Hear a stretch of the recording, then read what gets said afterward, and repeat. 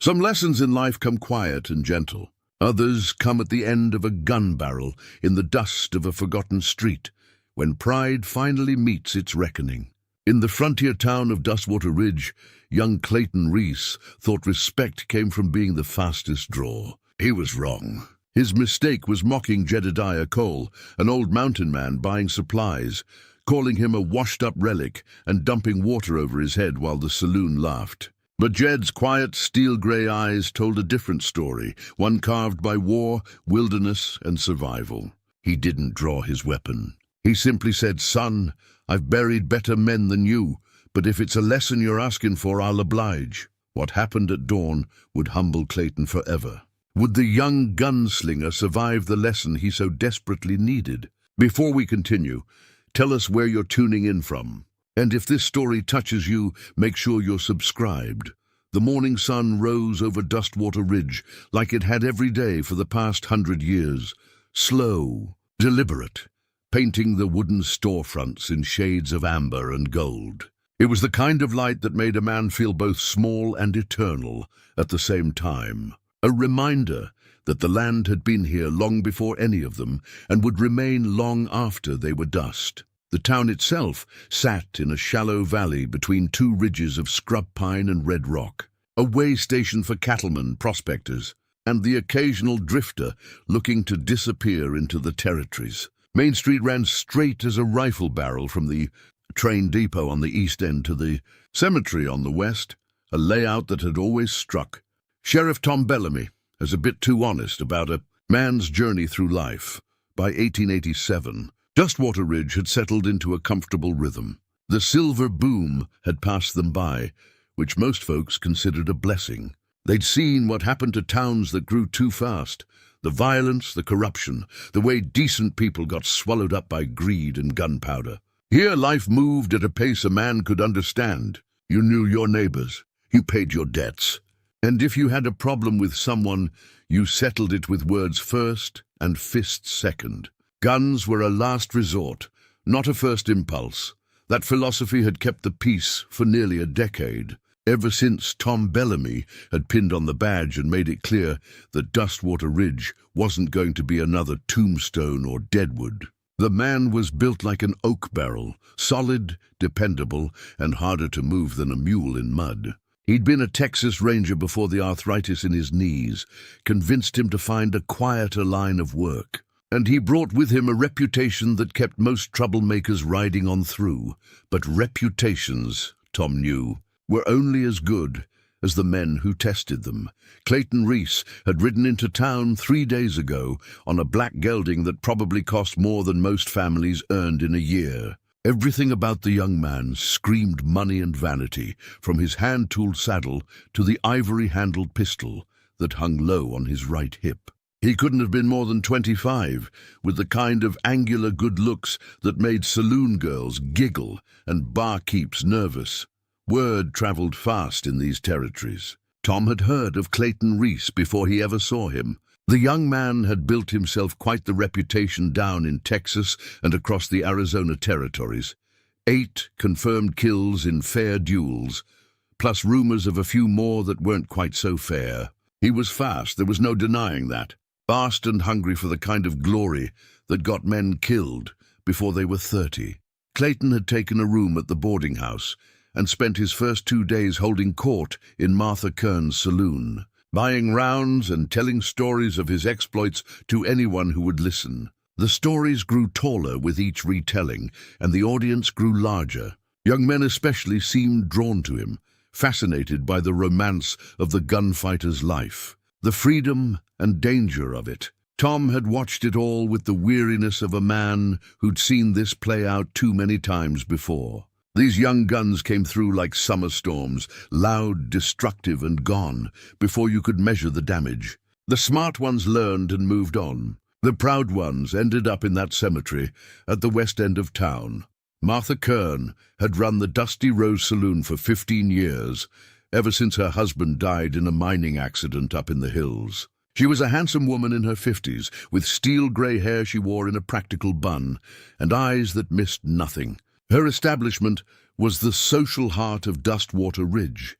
the place where cattle prices were negotiated, marriages were proposed, and the future of the town was debated over whiskey and cards. She didn't much care for men like Clayton Reese. She'd buried too many of them, watched too many young widows weep, seen too many children grow up without fathers. But she was a businesswoman first, and Clayton's money was as good as anyone's. She served him with professional courtesy and kept her opinions to herself, though her eyes told a different story when she looked at the young gunslinger. Samuel Cross ran the blacksmith shop next to the livery stable, and his hands showed the evidence of 30 years working with fire and iron.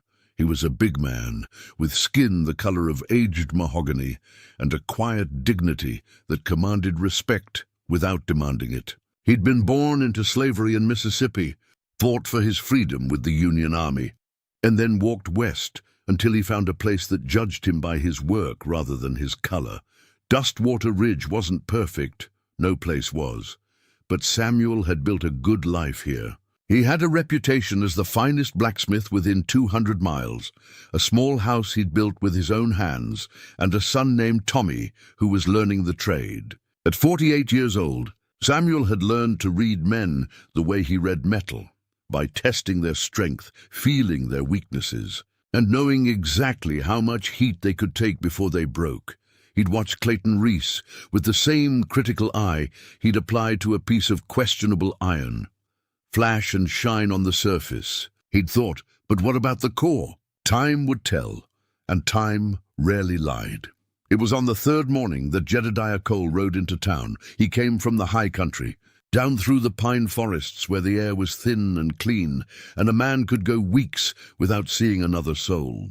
His horse was a grey mare, aged but sturdy, with the kind of sure-footedness that came from years of mountain trails. The man himself looked to be in his 60s, though the wilderness had a way of making men look older than their years. Jedediah wore buckskin pants and a faded blue cavalry shirt, patched in places, but clean. His hat was wide-brimmed and weathered, his boots worn but well-maintained. He carried a rifle in a saddle scabbard and a revolver on his hip, but they looked like tools rather than ornaments, functional, practical, without a hint of show. His face was weathered like old leather, a crease deep around the eyes and mouth, and his hair hung grey and long beneath his hat. But it was his eyes that people noticed, steel grey and clear, with a depth that suggested he'd seen more than most men would see in 3 lifetimes. They were eyes that had looked on death and beauty, violence and peace, and had somehow managed to find a balance between them. He tied his mare to the hitching post outside the general store and walked inside with the easy gait of a man comfortable in his own skin. He bought coffee, flour, salt, a few other essentials, and paid in silver coin without haggling. He spoke politely to the shopkeeper, inquired about the trail conditions to the south, and thanked the man for his time. Then he walked down to the Dusty Rose Saloon. It was mid-morning, and the saloon was quiet except for a handful of early drinkers and Clayton Reese, who was playing cards with 3 young ranch hands who should have been working. Martha was behind the bar, polishing glasses and keeping a watchful eye on her establishment.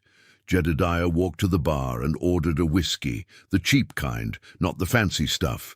Martha poured it without comment and watched as the old mountain man took a slow sip, savoring it like a man who didn't get to town often enough to take such pleasures for granted. In his saddlebag, carefully wrapped in oilcloth, was the one thing Jedediah Cole valued above all else, a leather-bound Bible that had belonged to his wife, Sarah.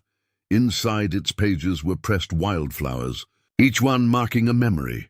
The day they married, the day their daughter Emily was born. The last spring morning they'd spent together before the fever took them both. He'd been reading from it that morning before riding down to town, the way he did every morning. The words brought him comfort, though they couldn't bring back what he'd lost. Sarah's handwriting filled the margins, little notes and observations, prayers and hopes. He'd memorized every word over the years, but he still read them, still heard her voice in the faded ink. The Bible reminded him of who he'd been, who he'd tried to be, and who he'd lost. It was his anchor in a world that had taken almost everything from him, but it also reminded him of something else. A promise he'd made to Sarah on her deathbed, that he wouldn't let grief turn him cruel, that he'd find a way to live with purpose, even in his solitude, that he'd remember there was more to life than survival. He'd been trying to keep that promise for 15 years. Clayton. Reese noticed the old man at the bar and smiled, the kind of smile a cat gives when it spots a mouse. He laid down his cards, pushed back from the table, and walked over with the swagger of a man who'd never been truly humbled. "Well now," Clayton said, loud enough for everyone to hear, "looks like the mountains just spit up a relic." The saloon went quiet. Martha's hand tightened on the glass she was polishing. Jedediah took another sip of his whiskey and said nothing. "I'm talking to you, old man," Clayton continued, stepping closer. "You deaf, or just too old to remember your manners?" Jedediah set down his glass carefully and turned his steel-grey eyes on the young gunslinger. When he spoke, his voice was quiet but clear, with the measured cadence of a man who chose his words with care. "I heard you just fine, son, just trying to decide if what you said was worth answering." The ranch hands at the card table laughed nervously. Clayton's smile hardened into something uglier. The tension in the room shifted like a change in barometric pressure before a storm. Men who'd been nursing their drinks suddenly found reasons to pay close attention to their glasses. The ranch hands at the card table exchanged glances, uncertain whether to laugh or stay quiet. Clayton Reese wasn't used to being dismissed. His entire reputation was built on respect, or more accurately, on fear masquerading as respect. When he walked into a room, people noticed. When he spoke, people listened. This old mountain man treating him like a nuisance was an insult he couldn't let stand, not in front of witnesses. "You got a name, old-timer?" Clayton asked, his voice carrying that dangerous edge of false friendliness. "I do," Jedediah replied, still not turning fully toward the younger man. "Question is whether you've earned the right to hear it." One of the ranch hands snorted into his beer. Clayton's face flushed red. Martha Kern recognized the signs. She'd seen this dance before, pride and testosterone mixing into something volatile. She set down her glass and moved slowly along the bar, positioning herself within reach of the shotgun she kept underneath. "Clayton," she said, her voice firm but not unkind, "why don't you let the man drink in peace? He just rode in from the high country and probably hasn't seen civilization in weeks." "I'm just being friendly, Miss Martha," Clayton said, though his eyes never left Jedediah. "Just trying to welcome this gentleman to Dustwater Ridge. Make sure he understands how things work around here." "Things work just fine around here," Martha replied. "They work even better when young men mind their own business." But Clayton was too far into it now, too committed to the performance. His friends were watching. The whole saloon was watching. If he backed down now, he'd look weak, and in his world, weakness was death. He stepped closer to Jedediah, close enough that the older man could smell the whiskey on his breath, close enough to be a threat. "See, the thing is," Clayton said, "I've made a career out of reading men, and when I look at you, you know what I see. I see a washed-up relic, a broken-down old man who probably couldn't draw his gun if his life depended on it. I see someone who should have stayed up in those mountains where he belongs." Jedediah finally turned to face him fully. The movement was slow, deliberate, without a hint of aggression, but something in his eyes made Clayton take an involuntary half-step back. "You see all that, do you?" Jedediah said quietly. "That's quite a lot to see in a man you've known for all of 5 minutes." "I've known men like you my whole life," Clayton shot back, recovering his bravado. "Old soldiers, old hunters, old killers, all of them living in the past, pretending they're still what they used to be. The world's moved on, old man. Your time is over." The silence in the saloon was absolute now. Even the clock on the wall seemed to stop ticking. Jedediah studied the young man in front of him with something that might have been pity. He saw what Martha saw, what Sheriff Bellamy would have seen. A boy playing dress-up in a killer's clothes, confusing speed with wisdom, violence with strength. He saw himself 30 years ago, before the war had taught him the true cost of pride. "You might be right," Jedediah said finally. "My time might be over." but at least I'm still here to see it. That's more than I can say for most of the young guns I've known." It was the perfect exit line. Jedediah turned back to his drink, effectively dismissing Clayton Reese the same way he might dismiss a yapping dog. And that's when Clayton made his mistake. There was a silver bucket sitting on the bar, one of Martha's ornate pieces that she used for washing glasses, polished metal with decorative engravings around the rim. It was half full of water, catching the morning light coming through the window. Clayton grabbed it. "You want to know what I think about old men who don't know when to shut up?" he said, and before anyone could move, before Martha could shout, a warning, he dumped the entire bucket of water over Jedediah's head. The water cascaded down, soaking Jedediah's hair, his shirt, his weathered face. It pooled on the bar and dripped onto the floor. For a moment, the old man just stood there, water running down his beard, his hands still resting on the bar. The saloon erupted in laughter. Clayton's friends were howling, slapping their knees, already imagining how they'd retell this story. Even some of the other patrons couldn't help but chuckle. It was objectively funny. The image of this solemn old mountain man standing there drenched like a drowned cat. But Martha wasn't laughing, and neither was Samuel Cross, who'd just walked in to pick up some hardware he'd ordered and now stood frozen in the doorway because they were watching Jedediah's eyes. The laughter died away gradually, like a fire, running out of fuel as more and more people noticed what Martha and Samuel had already seen. Jedediah's eyes hadn't changed. They hadn't flashed with anger or narrowed with rage. They'd simply gone very, very still, the way a mountain goes still before an avalanche, the way the air goes still before a twister touches down. When Jedediah finally moved, it was to calmly wipe the water from his face with one hand. He did it slowly, methodically, like a man with all the time in the world. Then he turned to face Clayton Reese. "Son," he said, and his voice was so quiet that everyone had to strain to hear it, "I've buried better men than you. I've stood over their graves and said words for them. Some of them were friends, some were enemies, but every single one of them had one thing you don't have."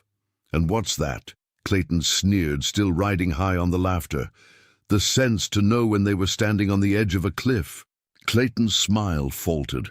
Something in the old man's tone, in the absolute certainty of it, cut through his bravado like a knife through butter. "Are you threatening me?" Clayton asked, his hand dropping reflexively toward his ivory-handled pistol. "I'm offering you a choice," Jedediah replied.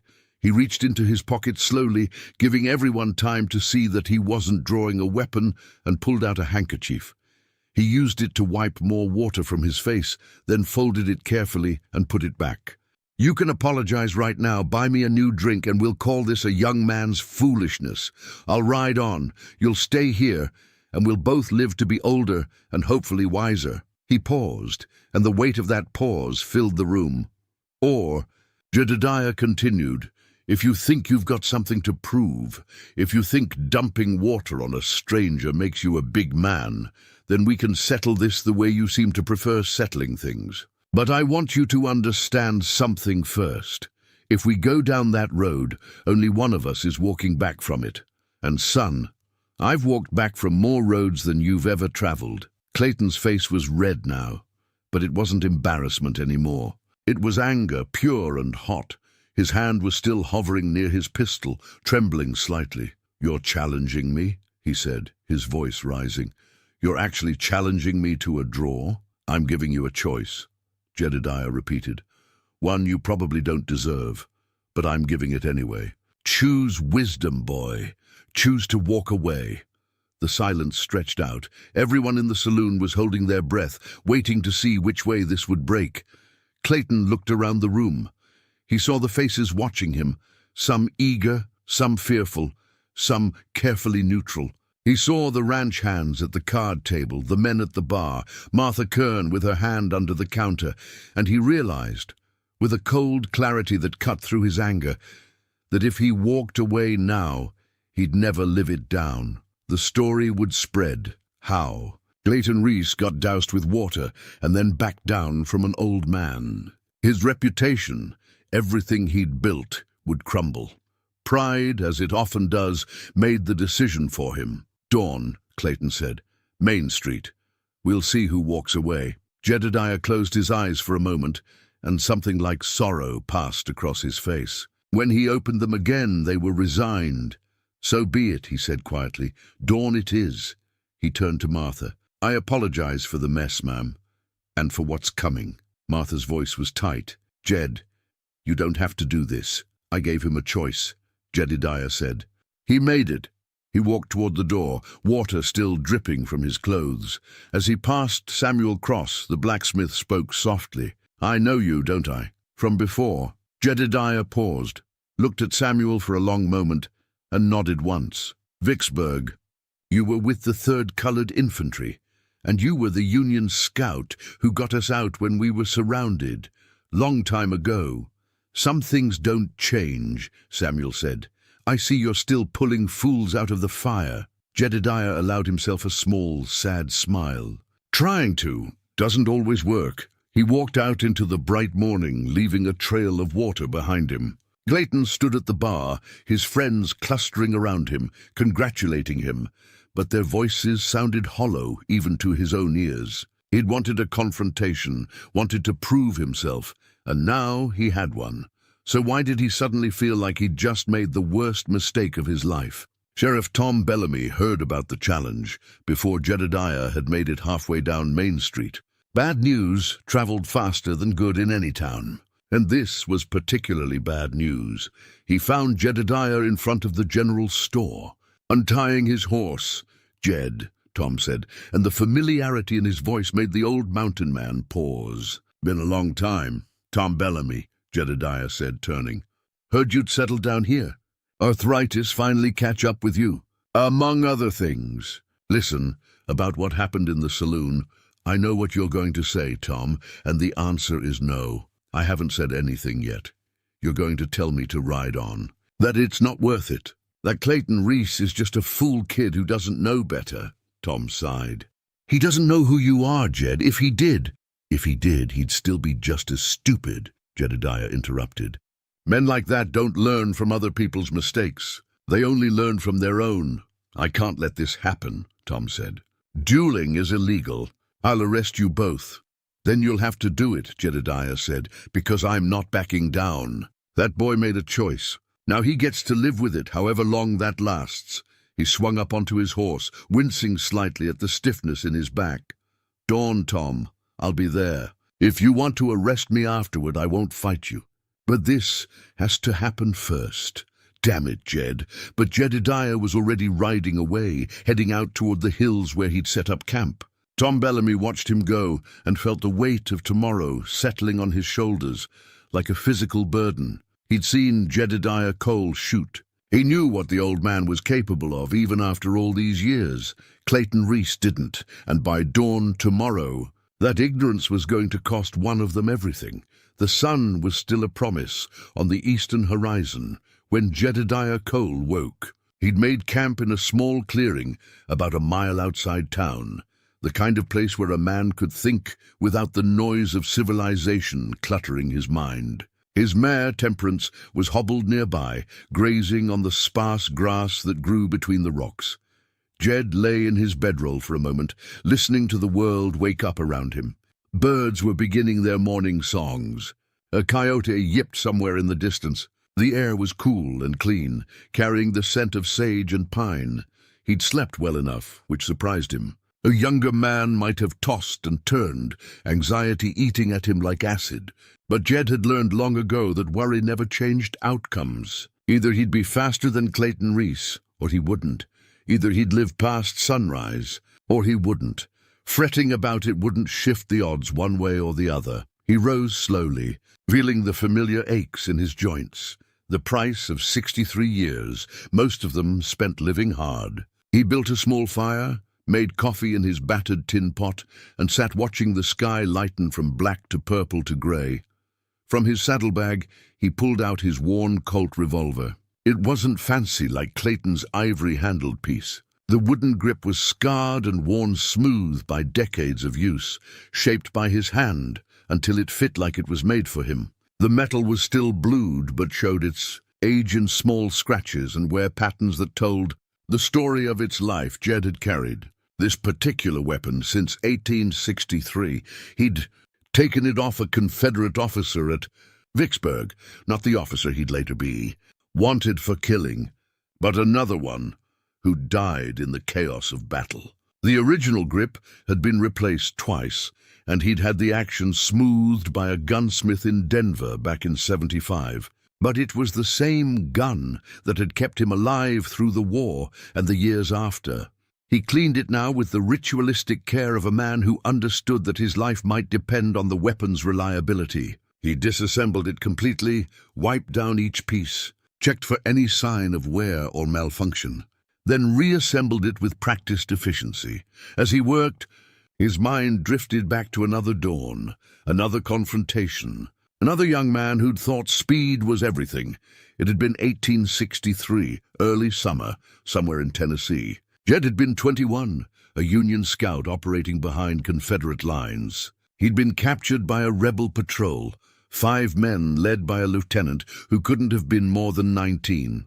The lieutenant had been cocky, certain that his prize prisoner would earn him a promotion. He'd decided to make a show of it, challenging Jed to draw against him. If Jed won, he'd go free. If he lost, well, he'd have been shot either way. Jed had tried to talk the young officer out of it, had explained that killing him wouldn't prove anything, wouldn't change the war, wouldn't make him a better man. But the lieutenant had his reputation to think about, his men to impress. They'd stood 20 paces apart in a clearing much like this one. The lieutenant had been fast, genuinely fast, with the kind of natural quickness that couldn't be taught. But he'd made the fundamental mistake that many fast guns made. He'd assumed that drawing first meant winning. Jed had let him clear leather first, had waited that extra fraction of a second that seemed like an eternity. Then he'd drawn and fired in one smooth motion, not at the lieutenant's chest, but at his gun hand. The shot had hit the young officer's wrist, spinning the pistol away and leaving him alive but disarmed.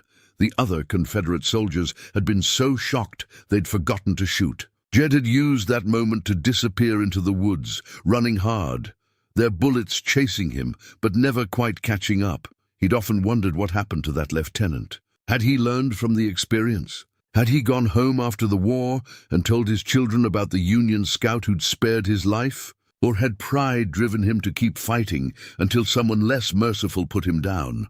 Jed would never know. The war had been full of such moments, brief intersections of lives that then scattered like buckshot, never to converge again. He finished cleaning his revolver and held it up to the growing light, checking the sight alignment one last time. The grip fit his hand like an old friend. The weight was familiar, comforting in its solid reliability. This weapon had killed men. He didn't know exactly how many, didn't keep count the way some soldiers did. But each one was burned into his memory, their faces, their last words, the way they fell. He carried them with him, a weight that iron and gunpowder couldn't measure. He didn't want to add Clayton Reese to that collection. The young man was a fool, but he was a young fool. There was still time for him to learn, to grow, to become something better than a reputation carved in gun smoke. If Jed killed him, that potential would die too, all the years Clayton might live, all the lessons he might learn, all the good he might do. But if Jed didn't kill him, would Clayton learn anything at all? Or would he just chalk it up to luck and go on challenging other men until someone put him down permanently? These were the questions that followed a man who lived by the gun. There were no easy answers, no clear moral paths. You did what you could to survive, to protect what mattered, to hold on to some scrap of honor in a world that often seemed determined to strip it away. Jed holstered his revolver and stood, stretching the stiffness out of his back. The sun was coming up now, painting the eastern sky in shades of orange and pink. It was going to be a beautiful day, the kind of day that made a man grateful to be alive. He hoped he'd still feel that gratitude when it was over. Back in Dustwater Ridge, Clayton Reese was having a very different morning. He'd spent most of the previous evening in the saloon, drinking with his admirers and replaying the confrontation with Jedediah. With each retelling, the story grew.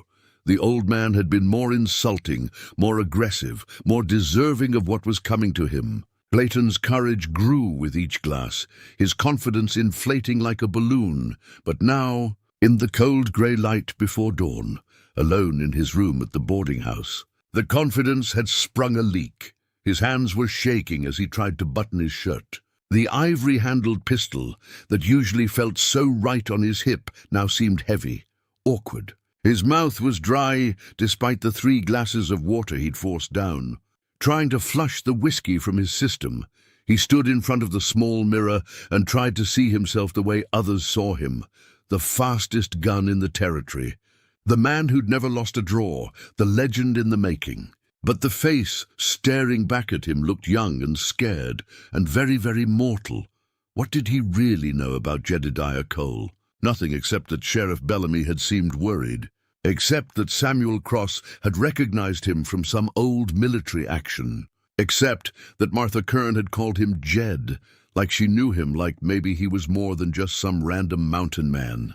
Clayton had made it a point not to ask questions. Ignorance had seemed like armor. If he didn't know who Jedediah was, then Jedediah couldn't be anyone important. But now that ignorance felt like a noose tightening around his neck. He strapped on his gun belt, checking the fit, making sure the holster hung right. His hands were steadier now, muscle memory taking over. He'd practiced this draw 10,000 times, had executed it successfully in 8 real confrontations. His speed was legitimate. He wasn't some fraud who'd built a reputation on lies. But speed wasn't everything. He knew that intellectually, had been told it by older gunfighters who'd survived long enough to share wisdom. But he'd never really believed it, never really understood it in his bones. He had a feeling he was about to learn that lesson the hard way. Clayton walked downstairs to find the boarding house owner, Mrs. Chen, already awake and making breakfast. She looked at him with something like pity. "There's still time to apologize," she said quietly. "No shame in it. More shame in dying for pride." "I can't," Clayton said, and was surprised by how true it was. "Everyone knows. If I back down now—" "You'll be alive," Mrs. Chen interrupted. "Alive matters more than pride, young man. Pride won't keep you warm when you're 6 feet under." But Clayton just shook his head and walked out into the pre-dawn darkness. Main Street was already lined with people. Word had spread fast, and it seemed like half the town had turned out to watch. Some looked excited, eager for the spectacle. Others looked grim, resigned to witnessing another senseless death. Sheriff Bellamy was there, standing in the middle of the street, his face carved from stone. When he saw Clayton, he walked over. "Last chance," Tom said. "I can still stop this. Arrest you both, let you cool off in a cell, sort this out when tempers have settled." Clayton wanted to say yes. God, how he wanted to say yes. But he looked at the crowd, at the faces watching him, and knew he couldn't. "No, Sheriff," he said. "This has to happen." Tom studied him for a long moment, then nodded slowly. "On your head, then." The sun was just touching the eastern ridge when Jedediah Cole rode into town. Jedediah studied Clayton for a long, measuring moment. The young man sat across from him, vulnerable without his gun, his pride stripped away, asking not for revenge or redemption, but for guidance. It was the last thing Jed had expected. "I'm not sure I've got much to teach," Jed said finally, "and I'm not sure you want to learn what I know." "Try me," Clayton said. Jedediah sighed and poured them both more coffee. "All right. First lesson, a gun is a tool. Nothing more. You treat it with respect, you maintain it properly, and you only use it when there's no other option. Take yours out." "I don't have it," Clayton admitted. "I left it with Martha." A small smile crossed Jed's face. "Smart. Tomorrow bring it. We'll start with the basics. How to clean it, how to maintain it, how to check for wear and malfunction. You know how to shoot, but do you know how to care for your weapon?" "I clean it after I use it," Clayton said defensively. "That's not the same thing." Jedediah picked up his own Colt and held it out. "This gun is 42 years old. It's been through a war, 20 years of mountain living, and more fights than I care to remember. And it still fires true, because I treat it like my life depends on it." "Because it does." He turned it over, showing Clayton the wear patterns on the grip. See these marks? Each one tells a story. Where my hand sits, how I draw, how much pressure I apply. A gun becomes an extension of yourself, but only if you respect it enough to understand it. Clayton looked at the weapon with new eyes. His own ivory-handled pistol was beautiful, expensive, but he'd never thought of it as anything more than a tool for winning fights. He'd never considered that it might have its own character, its own needs. What's the second lesson? He asked. Patience, Jedediah said, holstering his weapon. You rushed your shot this morning because you were focused on being first. But first doesn't mean anything if you miss. In a real fight, you get one chance, maybe two if you're lucky. You make that chance count by taking the time to aim, even if it's just a fraction of a second. Fast and accurate beats fastest and wild every single time. He leaned back against a rock, his eyes distant with memory. I had a daughter once, Emily, smartest little girl you ever saw, curious about everything. When she was about 6, I started teaching her how to fish. Clayton sensed he should stay quiet. Let the old man talk. She wanted to catch a fish right away. Couldn't understand why we had to sit still and wait. Kept jerking the line, splashing the water, scaring everything away. Finally, I told her a story about hunting. How the best hunters aren't the fastest or the strongest, but the ones who know how to be still. How patience is a kind of strength that most people never learn. Jedediah pulled out his Bible from his saddlebag, and Clayton saw the pressed wildflowers tucked between its pages. She made me this, Jed said softly, touching one of the flowers. Picked it herself, pressed it in a book for a week, then gave it to me before I left for a trapping expedition. Said it would remind me to be patient like we'd talked about. He closed the Bible carefully and wrapped it back in its oilcloth. 6 months later, she was dead. Her and her mother both scarlet fever. I wasn't there, didn't even get to say goodbye. The pain in his voice was raw, immediate. As fresh as if it had happened yesterday, instead of 15 years ago. I'm sorry, Clayton said. And meant it. So am I, Jedediah replied. Every day.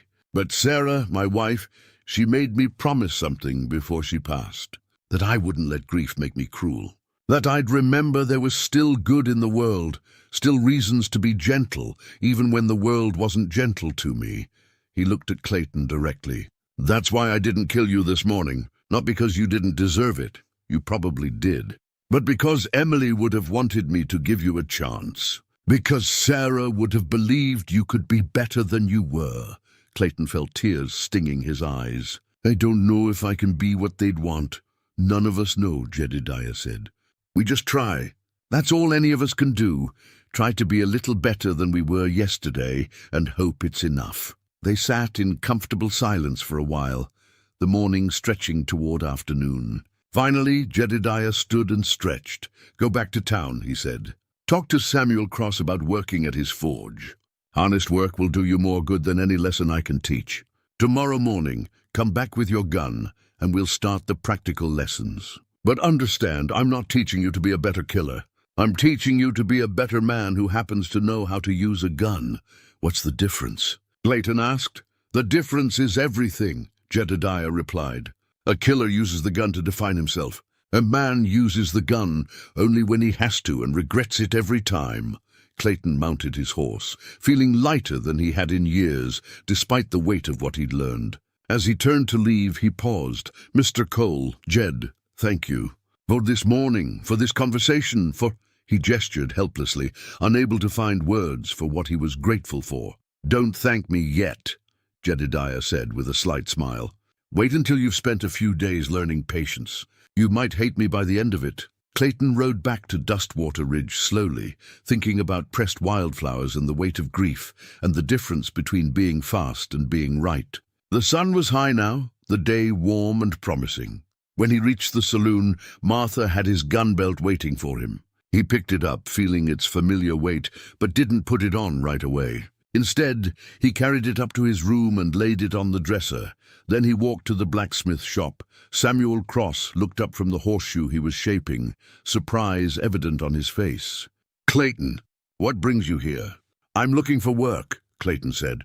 I don't know anything about smithing, but I'm willing to learn. And I'm stronger than I look. Samuel studied him for a long moment, then nodded slowly. Can you start tomorrow, dawn?" "Yes, sir. It's hard work. Hot, dirty, exhausting. Not glamorous at all." "Good," Clayton said. "I've had enough glamour for one lifetime." Samuel's face broke into a wide smile. "All right, then. Tomorrow, dawn. Wear clothes you don't mind ruining, and bring gloves if you've got them. We'll start you on the basics, operating the bellows, learning the different heats of metal." As Clayton walked back toward the boarding house, he passed a group of young men who'd been his admirers just yesterday. They looked at him with confusion, not quite contempt, but not respect either. He was something they couldn't categorize anymore, not the gunfighter they'd idolized, not quite the failure they'd expected. He was just a man, trying to figure out who he wanted to be. That evening, Sheriff Bellamy stopped by the saloon, where Clayton was eating a quiet dinner. The lawman sat down across from him, his expression unreadable. "Heard you went to see Jed," Tom said. "I did. I apologize." And he's going to teach me some things. About guns, about patience, about—" Clayton paused, searching for the right words. "About being better than I am." Tom nodded slowly. "Jed's a good man. One of the best I've ever known. But he's carrying a heavy load. War, loss, things he's had to do. Don't take advantage of his kindness." "I won't," Clayton promised. "Sheriff, what you said this morning about consequences. Am I under arrest?" "For what? Being a fool?" Tom smiled slightly. "No shots were fired with intent to kill. Nobody got hurt except maybe your pride. I'd say you've already paid your penalty." He stood to leave, then paused. "Clayton, I've been sheriffing for a long time. I've seen a lot of young men like you come through these territories. Most of them end up dead or disappeared before they're 30. The few who make it, they're the ones who figured out that there's more to life than reputation. Looks like maybe you're figuring that out. Good for you." After the sheriff left, Clayton sat alone with his thoughts. He pulled out the small mirror he kept in his pocket, the one he'd used that morning to check his appearance before the duel, and looked at his reflection. He looked the same. Still young, still handsome, still bearing the marks of an easy life. But something in his eyes had changed. They looked older now, more aware. Less certain of everything, but more certain of what mattered. Tomorrow he'd start learning to smith. Tomorrow he'd begin his lessons with Jedediah. Tomorrow he'd start building a new life on the ruins of his old reputation. But tonight, he'd simply sit with the understanding that he was alive when he shouldn't be, and that second chances were rare gifts that shouldn't be wasted. 3 days passed in a rhythm that felt almost peaceful. Clayton rose before dawn to work at Samuel Cross's forge, learning the patience required to work metal, how to read the color of heated iron, how to strike with precision rather than force, how to shape raw material into something useful. The work was brutal, and by the end of each day, his hands were blistered and his arms ached. But it felt honest in a way that gunfighting never had.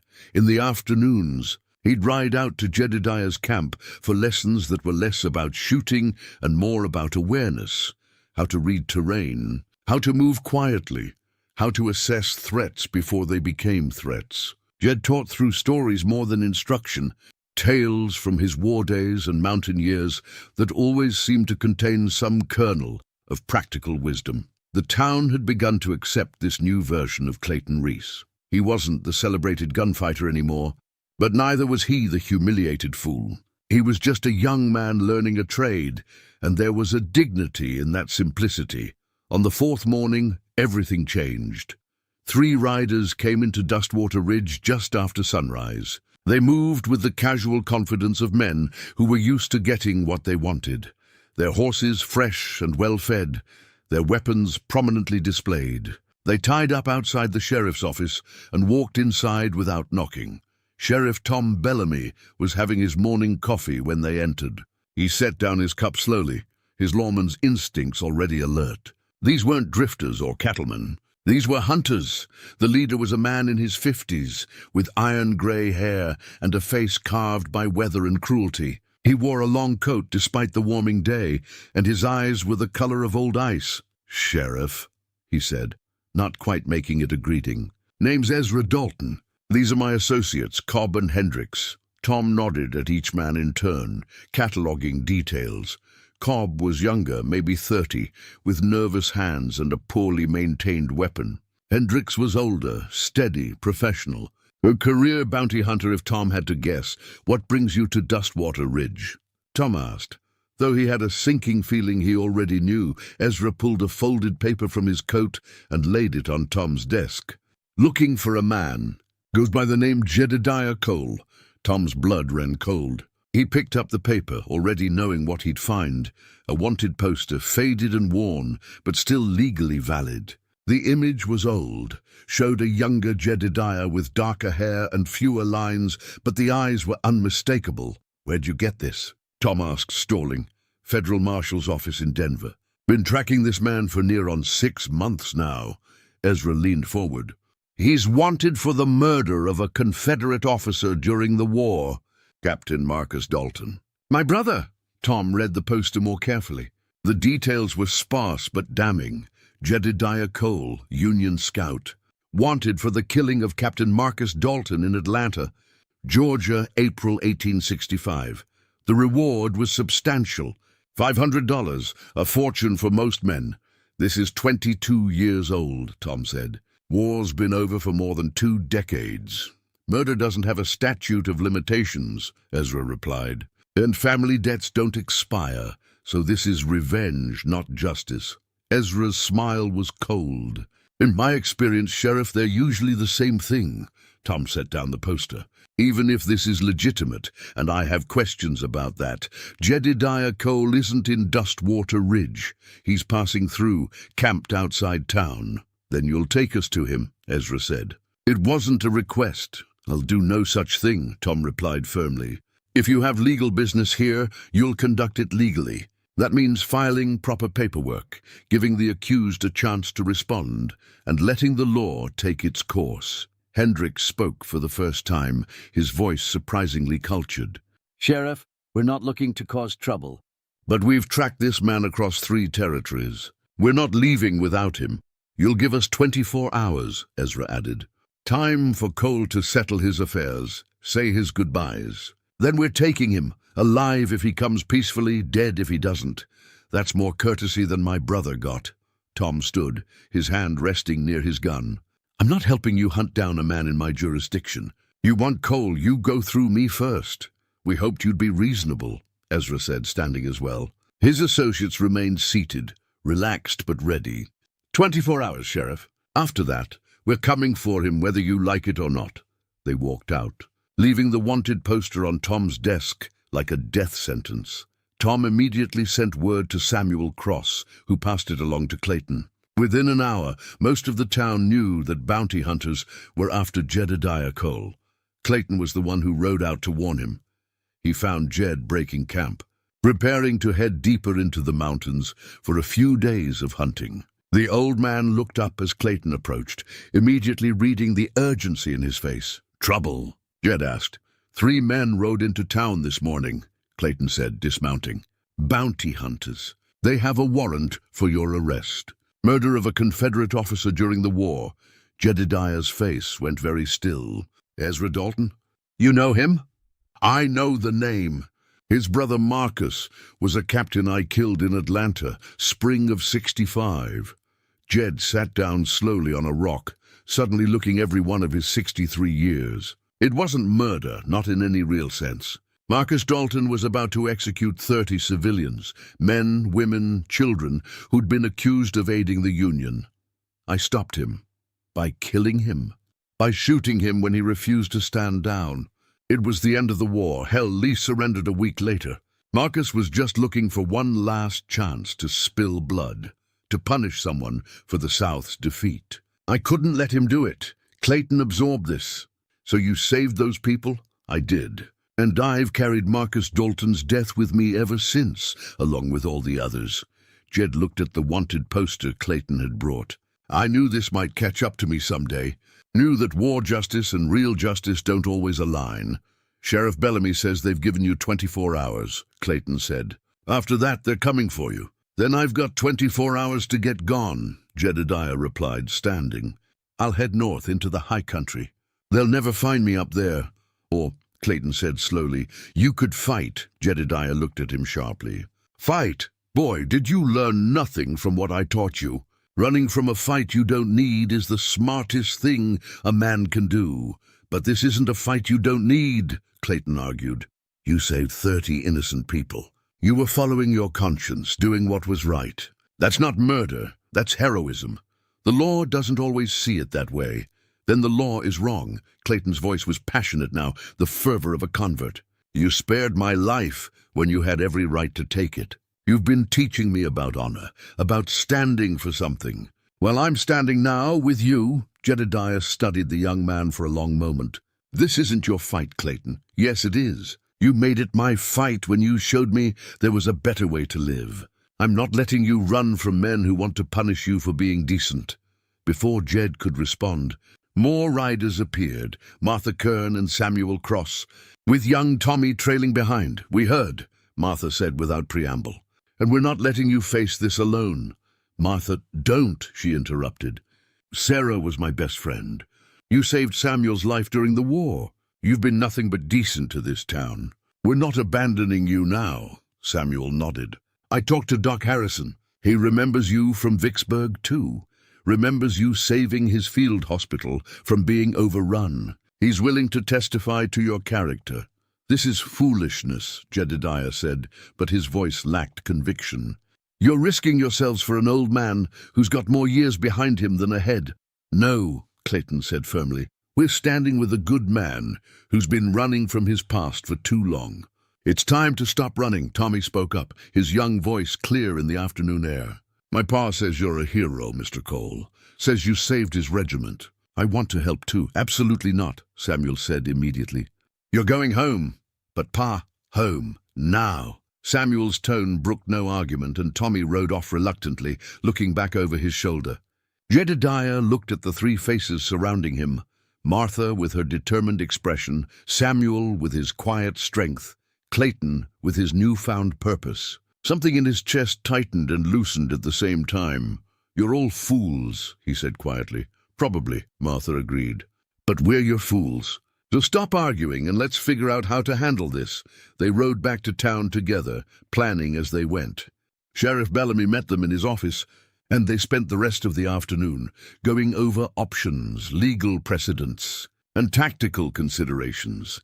The wanted poster lay on Tom's desk, a reminder of how the past never truly released its grip. But as Jedediah looked at the people around him, people willing to stand with him despite the risk, he felt something he hadn't felt in 15 years. He felt like maybe he'd found a reason to stop running.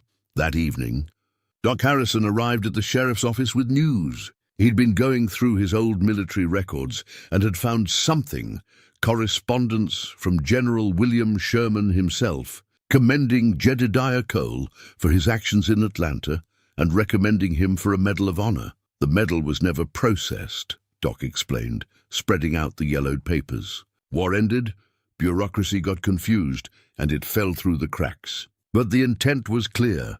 Sherman wanted you recognized for saving those civilians. Tom examined the documents carefully. This could change everything. If we can prove Jed was acting on orders, or at least with command approval, it won't matter to Ezra Dalton, Jedediah interrupted. He's not here for justice. He's here for revenge. His brother is dead, and someone needs to pay. Then we make him understand, Clayton said. We show him who you really are. And if that doesn't work? Jed asked. The room fell silent. They all knew the answer. If Ezra Dalton wouldn't be reasoned with, then there would be violence. And violence, no matter how justified, always came with a cost. Martha stood and walked to the window, looking out at Main Street. Jed, do you still have Sarah's Bible? Always, he replied, pulling it from his coat. The pressed wildflowers were visible between the pages. Then remember what she made you promise. About not letting grief and anger make you cruel. Martha turned back to face him. That applies to Ezra Dalton, too. He's lost a brother, just like you lost a wife and daughter. He's in pain, and pain makes people do desperate things. Are you suggesting I sympathize with a man who wants to hang me?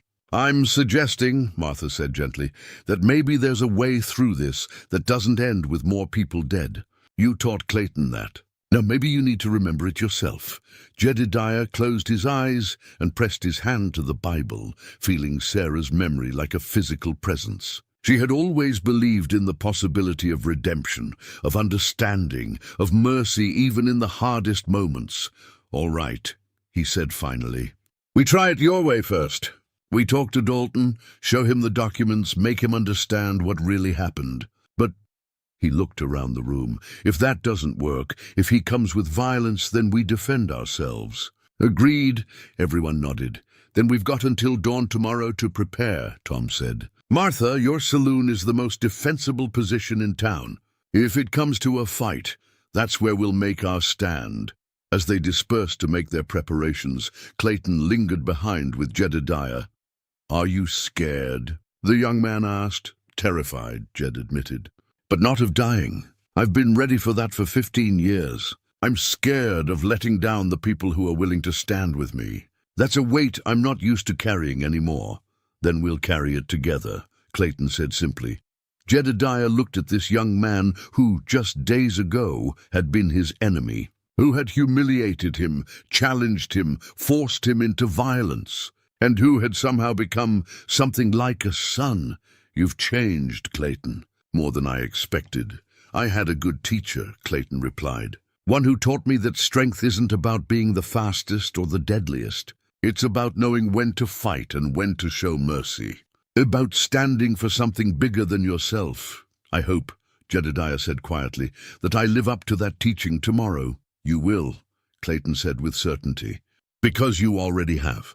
Every day and every choice. That's what heroes do. They keep choosing right even when it costs them everything." Night fell on Dustwater Ridge, and all across town, people made their preparations for a dawn that would either bring justice or bloodshed. The wanted poster still lay on Sheriff Bellamy's desk, a ghost from the past demanding payment. But in Martha's saloon, in Samuel's forge, in Jedediah's camp, and in Clayton's heart, something else was being forged, not weapons, but resolve. The determination to stand for what was right, to protect what was good, and to prove that even in the hardest moments, mercy and justice could find a way to coexist. Tomorrow would tell whether that determination was enough. The night before, a battle has its own particular quality, a thickness to the air, a weight to each moment that makes even simple actions feel significant. Martha's saloon became the center of preparation, transformed from a place of leisure into something approaching a fortress. Samuel Cross worked through the evening at his forge, creating specialized pieces that could serve as defensive barriers. He hammered out thick iron plates that could be propped in windows, fashioned brackets that could hold makeshift barricades, and crafted heavy horseshoes that, in a pinch, could be used as improvised weapons. His hammer rang out in the darkness, like a metronome counting down to dawn. Young Tommy had disobeyed his father's orders to stay home. He appeared at the forge around midnight, sheepish but determined. "Pa, I know you told me to stay away, but you're your father's son," Samuel interrupted, not unkindly. "Stubborn and loyal to a fault. All right, you can help. But you stay behind the barricades, and if shooting starts, you get down and stay down. Understood?" "Yes, sir," Tommy said, relief evident in his voice. They worked together, father and son. Preparing for a fight neither wanted but both understood was necessary. At the saloon, Martha organized supplies with the efficiency of a military quartermaster. She filled barrels with water, for drinking, for putting out fires, for tending wounds. She gathered every medical supply Doc Harrison could spare, setting up a makeshift infirmary in the back room. She prepared food that could be eaten quickly and rationed carefully if a siege lasted longer than expected. Clayton helped her move furniture, creating firing positions behind overturned tables and reinforced corners. His time in the saloon as a gunfighter had been about performance and ego. Now, working alongside Martha to protect the place, he understood it differently, as a community space worth defending, a gathering point that represented something larger than individual glory. "You don't have to do this," Martha told him as they wedged a heavy oak table against the front window. "This isn't your fight. You could leave town, come back when it's over. I thought about it, Clayton admitted. Thought about it hard, but Jed stood his ground for me when he didn't have to. I figure turnabout is fair play. Martha studied him in the lamplight. You've grown up, Clayton Reese. Sarah would have liked you, I think. She always believed people could change if they wanted to badly enough. I didn't want to, Clayton said quietly. That's the thing. I had to be forced to it, had to be humiliated and broken down before I could see there was another way. That doesn't make me noble. It makes me slow to learn. Better slow than never, Martha replied. She paused in her work, looking around at the transformed saloon. I built this place after my husband died. Built it with my own hands and my own money. Made it into something that mattered to people. If Ezra Dalton thinks he can come in here and take what's mine, take what's ours, he's got another thing coming. There was steel in her voice. The kind of strength that came from surviving loss and choosing to build something beautiful anyway. Sheriff Tom Bellamy spent the night reviewing every legal precedent he could find. He drafted documents, prepared statements, and composed letters to the territorial governor and federal marshal's office. If this went wrong, if blood was spilled, he wanted a clear record of who was in the right and who had forced the issue.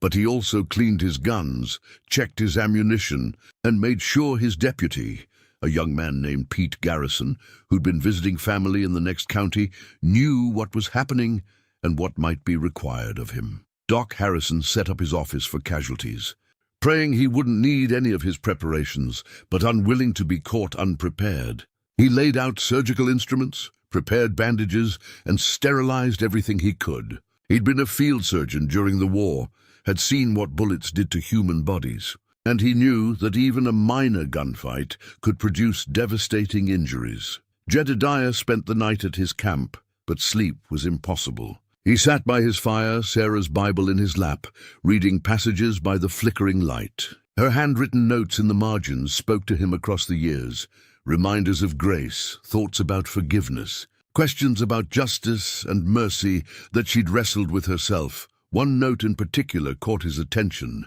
written beside the story of David sparing Saul's life. Sometimes the hardest strength is choosing not to use the power you have.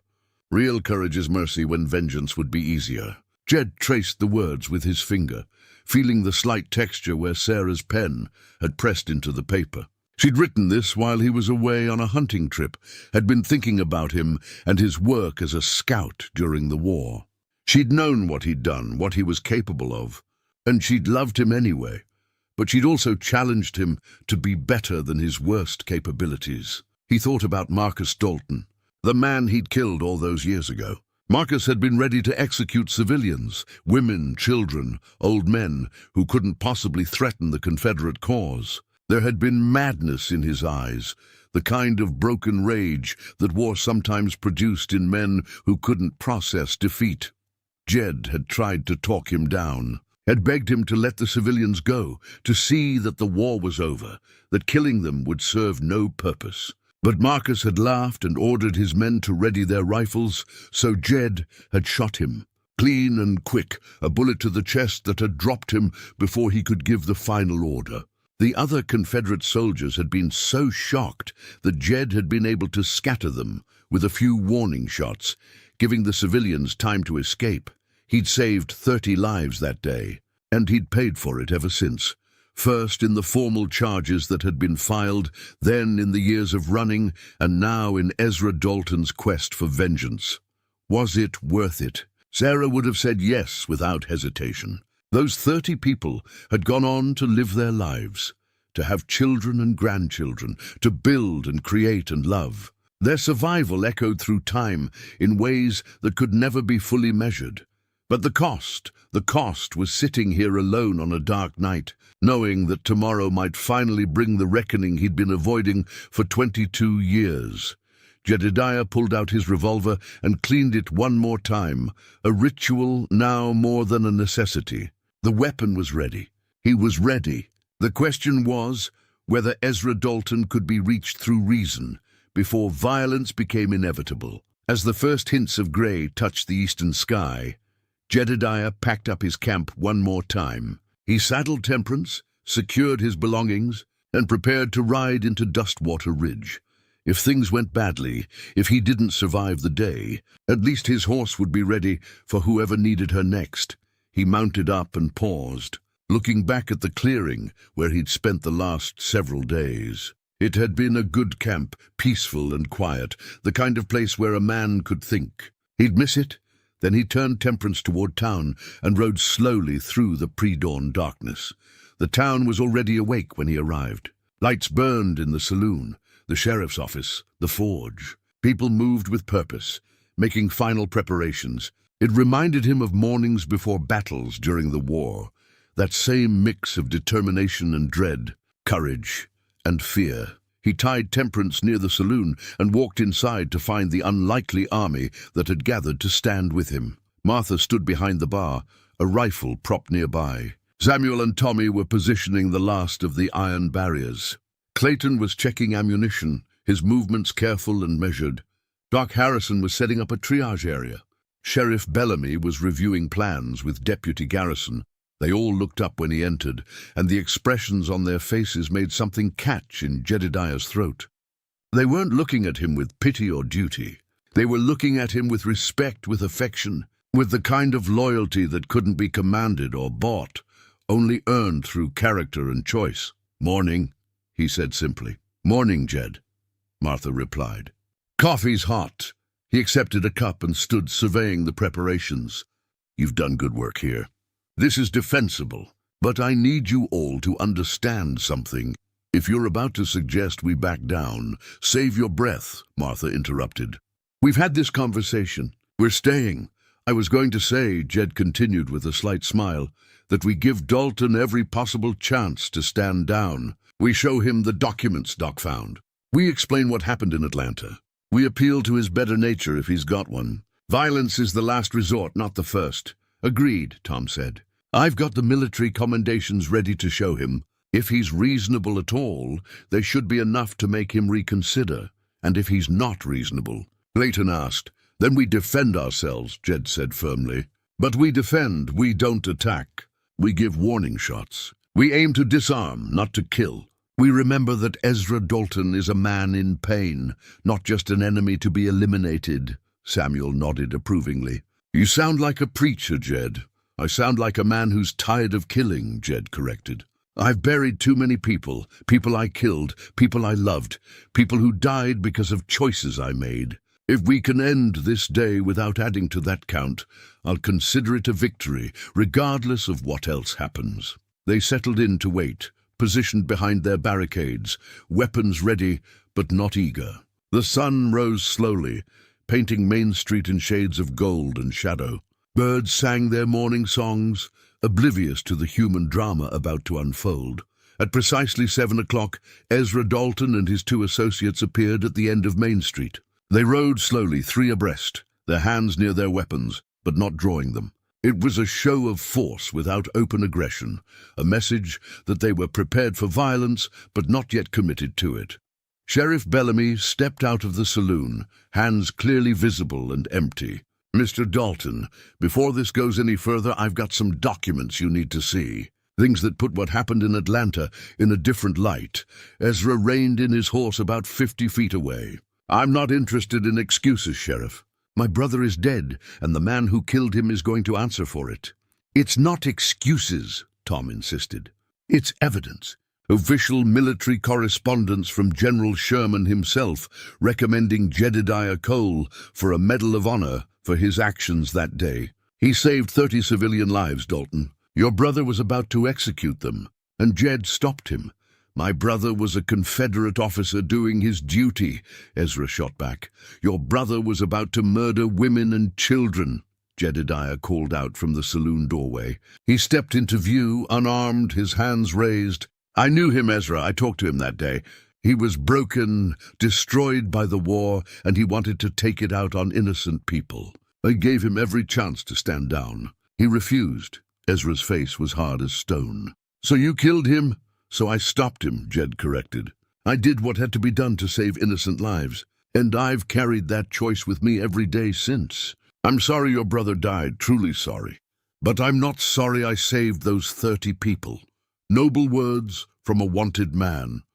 Maybe, Jed acknowledged, but they're true words. You've been hunting me because you think it'll bring you peace, that revenge will heal the wound of losing your brother. But it won't, I know, because I lost my wife and daughter to fever, and no amount of anger or blame could bring them back or make the pain less. Something flickered in Ezra's eyes. Recognition. Perhaps, or the first crack in his certainty.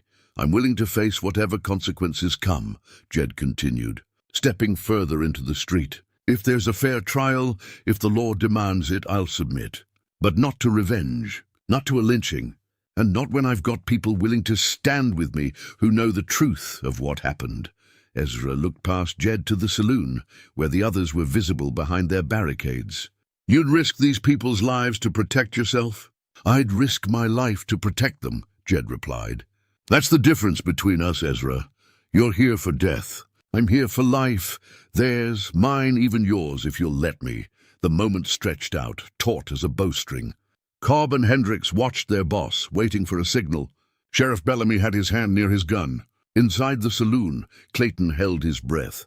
Then Ezra Dalton reached into his coat.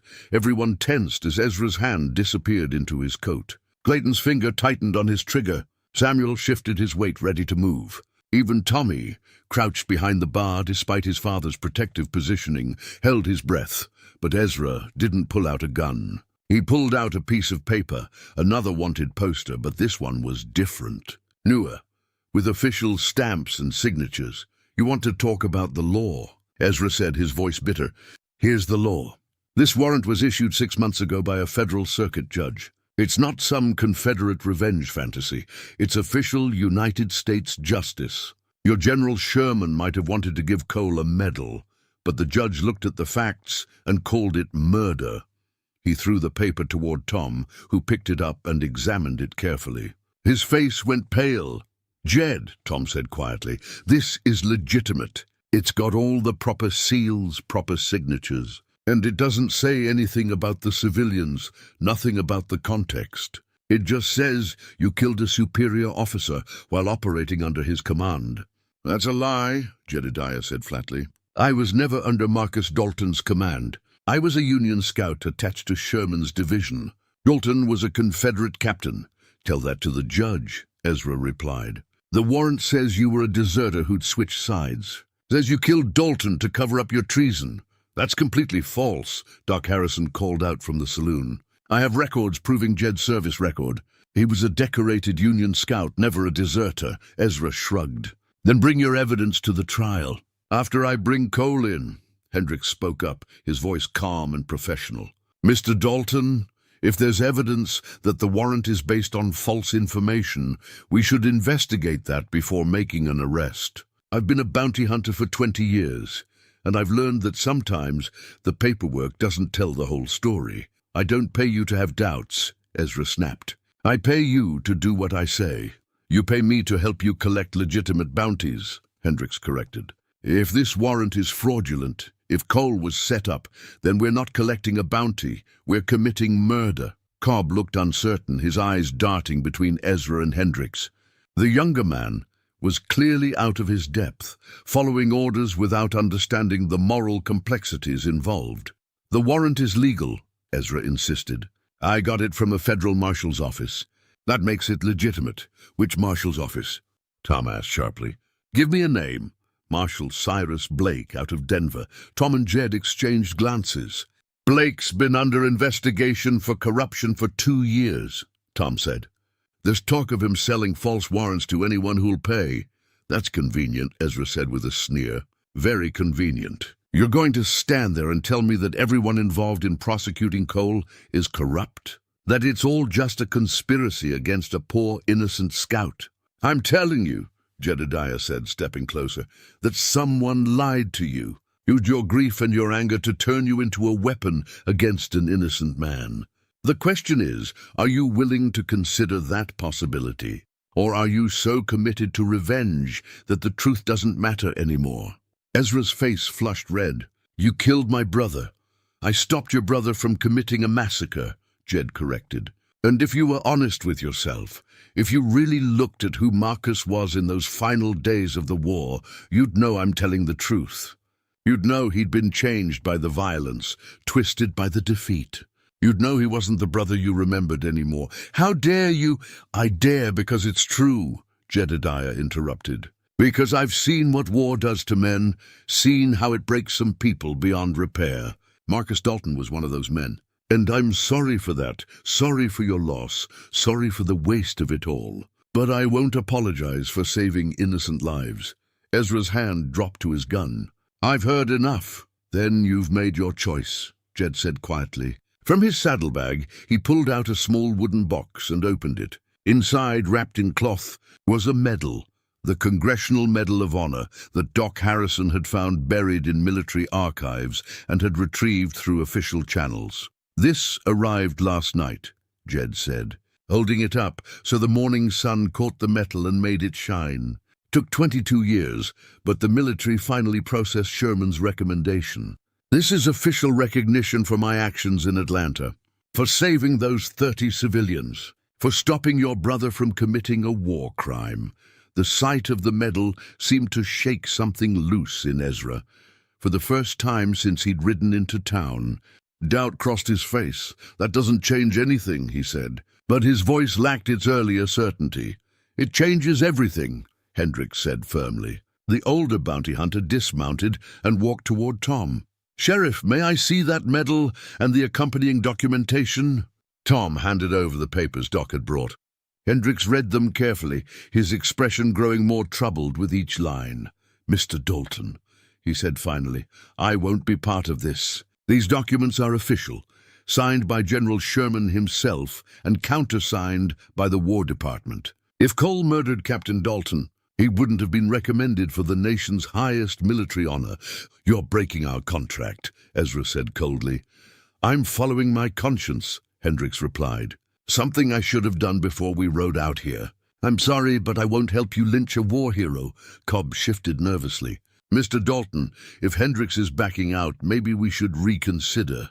No, Ezra said flatly. His hand was on his gun now, his whole body tense with barely controlled rage.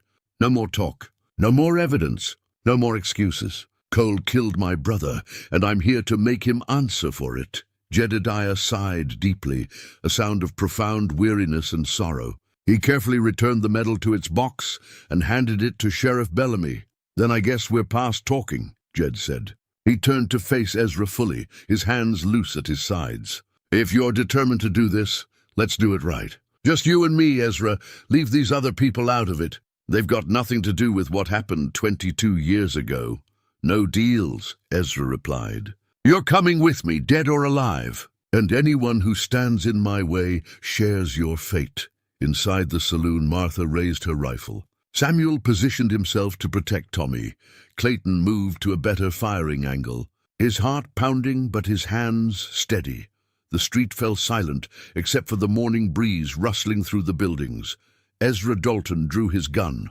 The world seemed to slow as Ezra's gun cleared leather.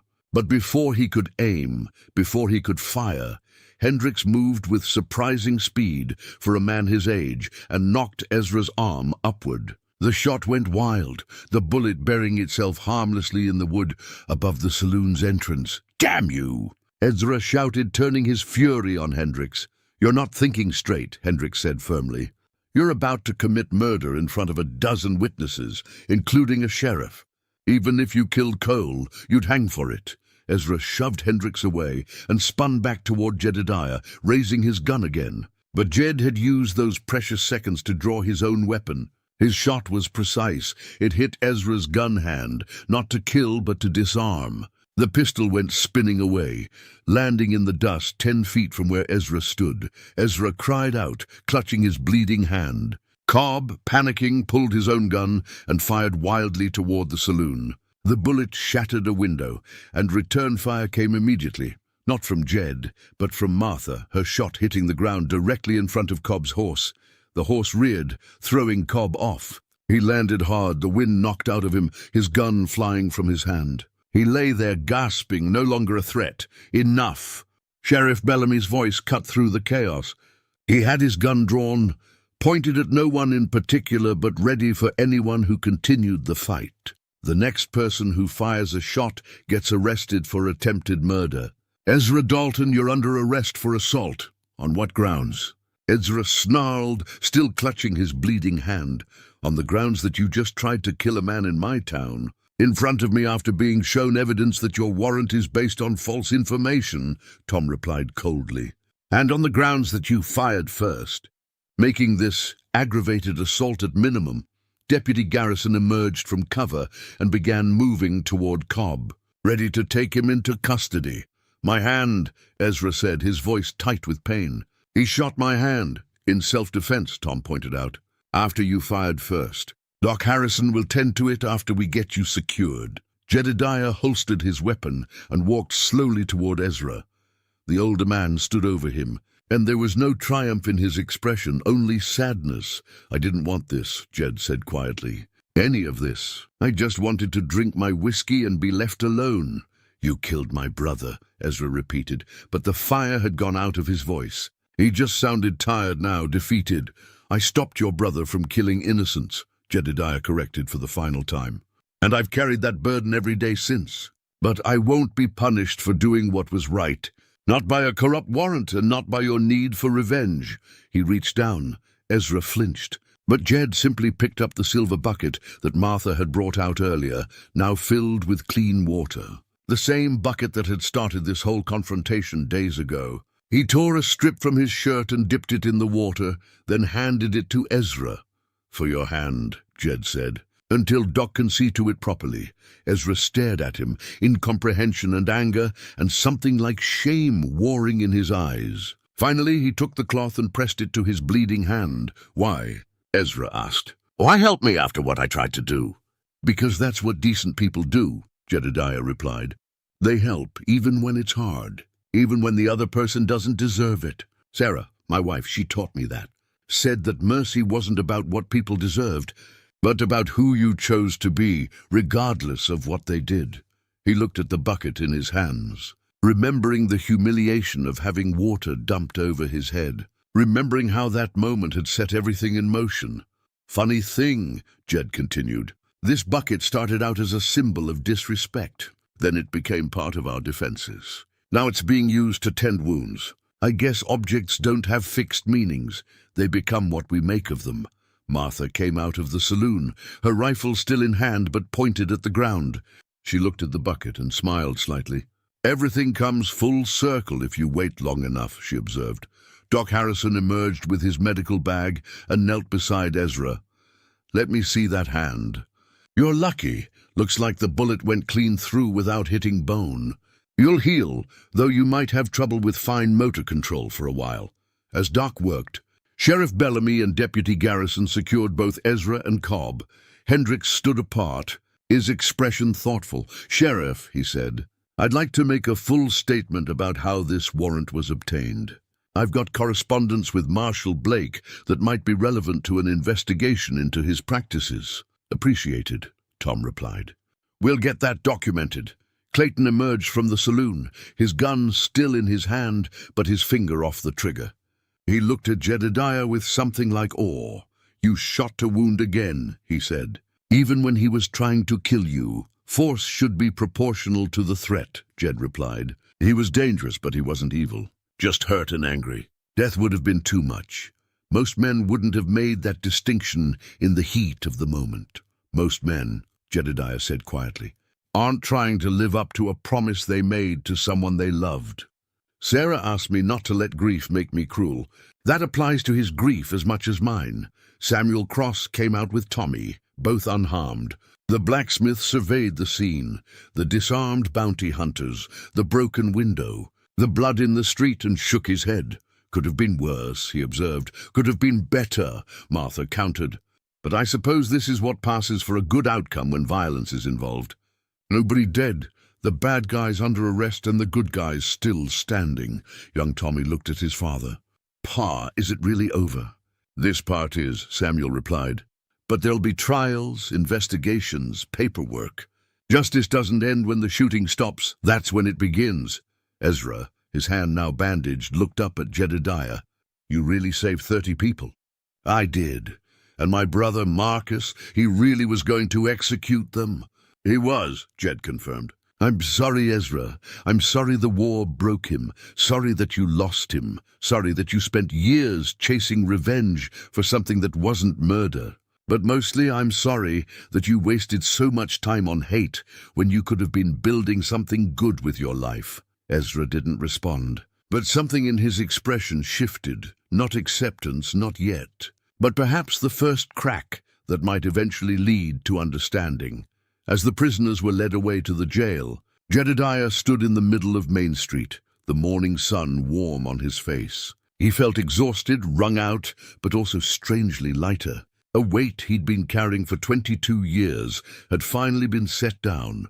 Clayton approached and stood beside him in comfortable silence. Finally, the young man spoke. You kept your promise to her. To Sarah, I tried, Jed replied. That's all any of us can do. Try to be who the people we loved believed we could be. Martha joined them, the silver bucket still in her hand. I think I'll put flowers in this, she said thoughtfully. Let it represent new beginnings instead of old conflicts. I'd like that, Jedediah said. Sarah always loved wildflowers. The three of them stood together as Dustwater Ridge returned slowly to its normal rhythms.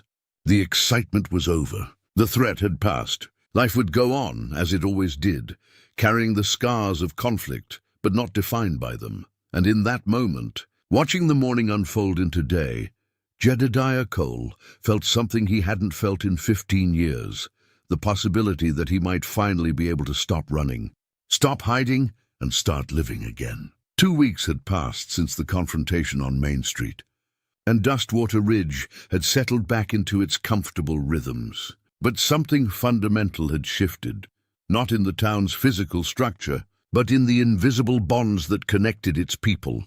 The investigation into Marshal Cyrus Blake's corrupt practices had revealed what everyone had suspected. The warrant for Jedediah Cole had been falsified, paid for by Ezra Dalton's money and Blake's greed.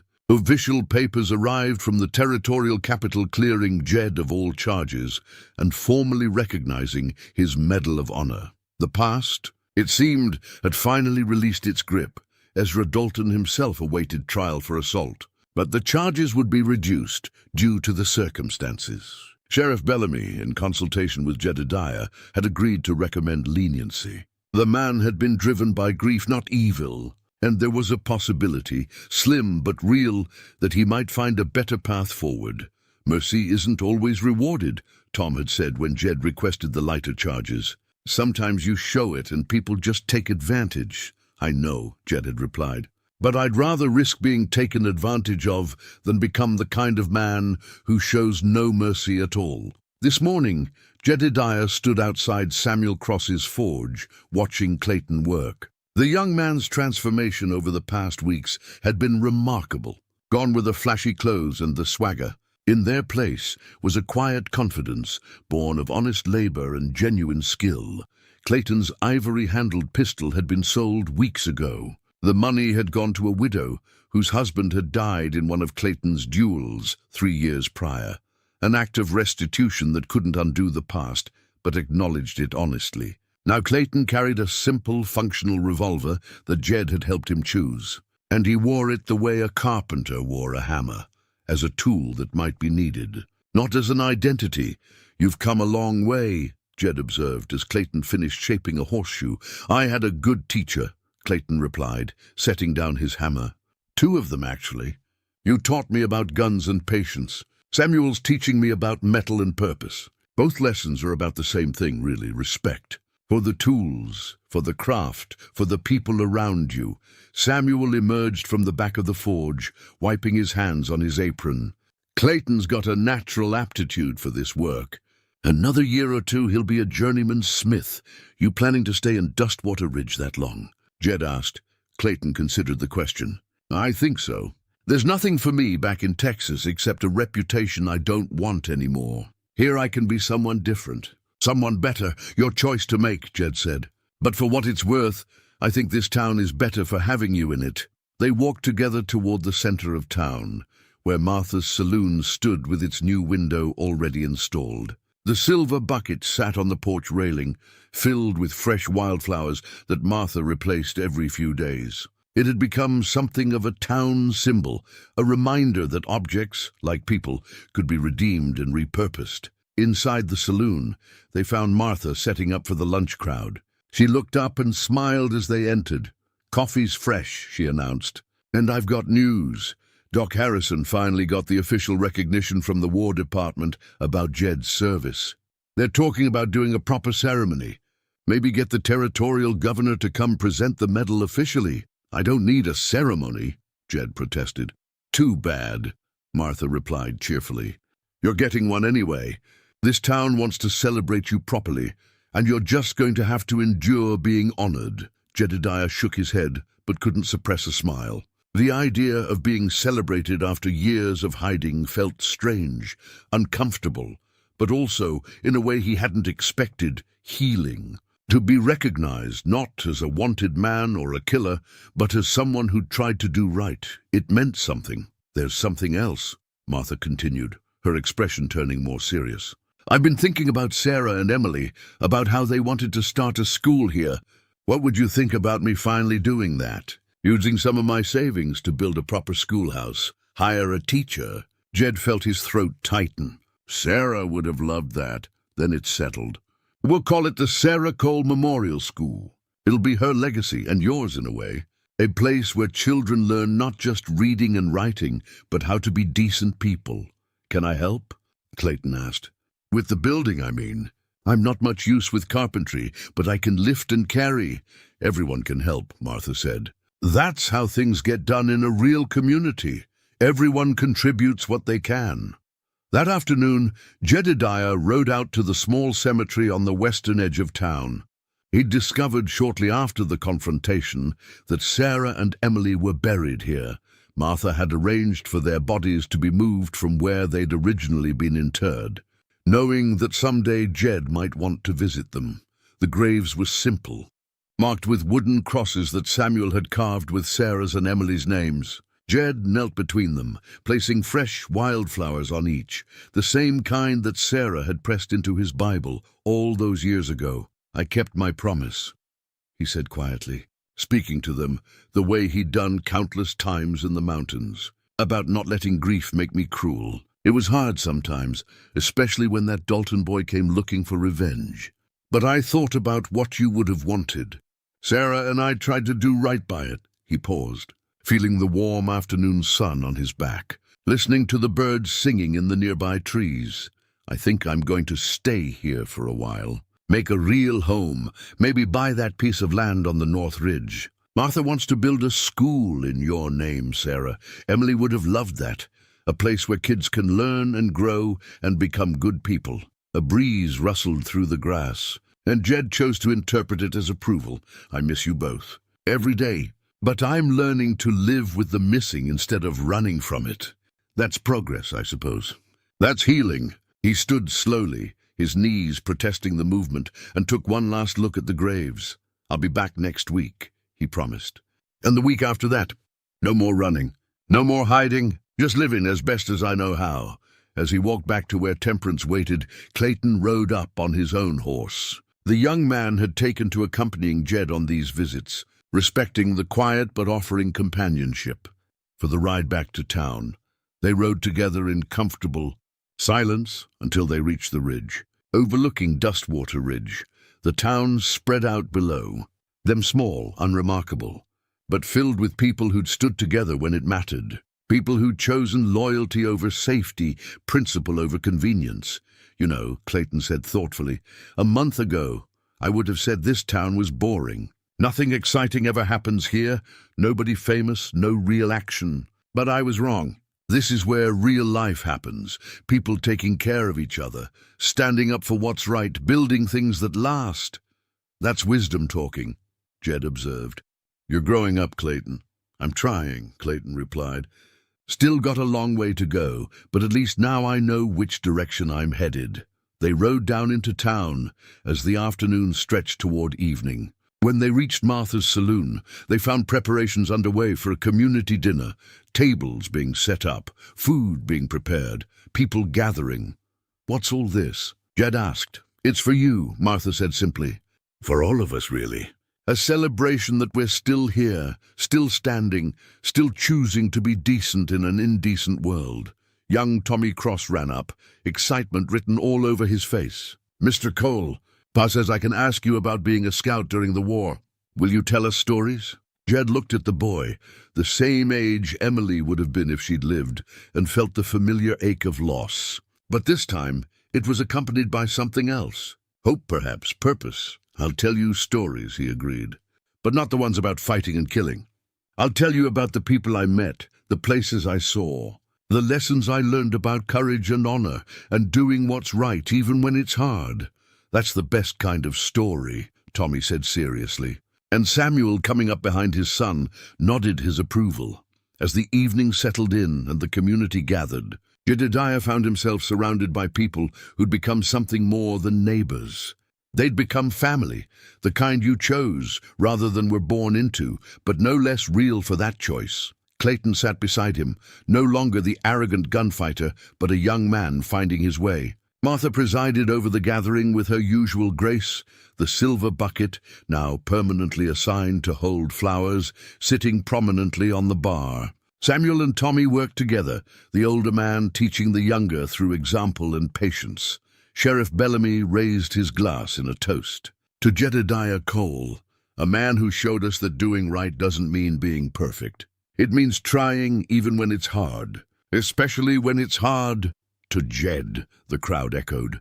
Jedediah stood, feeling the weight of their regard, the warmth of their respect. He thought of Sarah and Emily, of the promise he'd kept, of the long road that had led him to this moment. "To second chances," he said quietly, "and to the people who give them. Thank you for standing with me. Thank you for reminding me that life is worth living, even after loss.